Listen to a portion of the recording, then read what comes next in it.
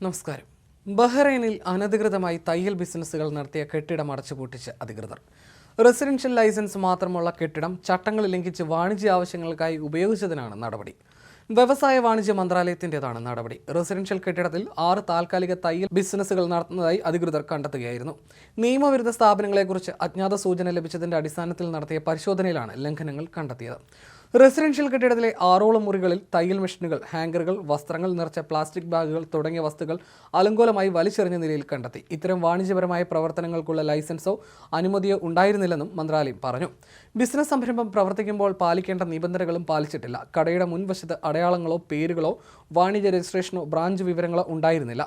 സംഭവത്തെക്കുറിച്ച് അന്വേഷണം ആരംഭിച്ചതായും നിയമലംഘകർക്കെതിരെ നടപടികൾ പുരോഗമിച്ചു വരുന്നതായും മന്ത്രാലയം വ്യക്തമാക്കി. എല്ലാ ബിസിനസ്സുകാരും വാണിജ്യ സ്ഥാപനങ്ങളും അവരുടെ പ്രവർത്തനങ്ങൾ നടത്തുന്നതിന് ശരിയായ ലൈസൻസുകളും അംഗീകാരങ്ങളും ഉണ്ടെന്ന് ഉറപ്പാക്കണമെന്നും മന്ത്രാലയം നിർദ്ദേശിച്ചു.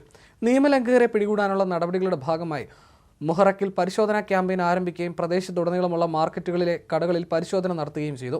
സൂപ്പർ മാർക്കറ്റുകൾ, സൗന്ദര്യവർദ്ധക വസ്തുക്കൾ വിൽക്കുന്ന കടകൾ, ആഡംബര വസ്തുക്കളുടെ കടകൾ തുടങ്ങിയ സ്ഥാപനങ്ങളും അവർ പരിശോധിക്കുകയും വില നിർണ്ണയ നിയന്ത്രണങ്ങൾ പാലിക്കുന്നുണ്ടെന്ന് ഉറപ്പുവരുത്തുകയും ചെയ്തു.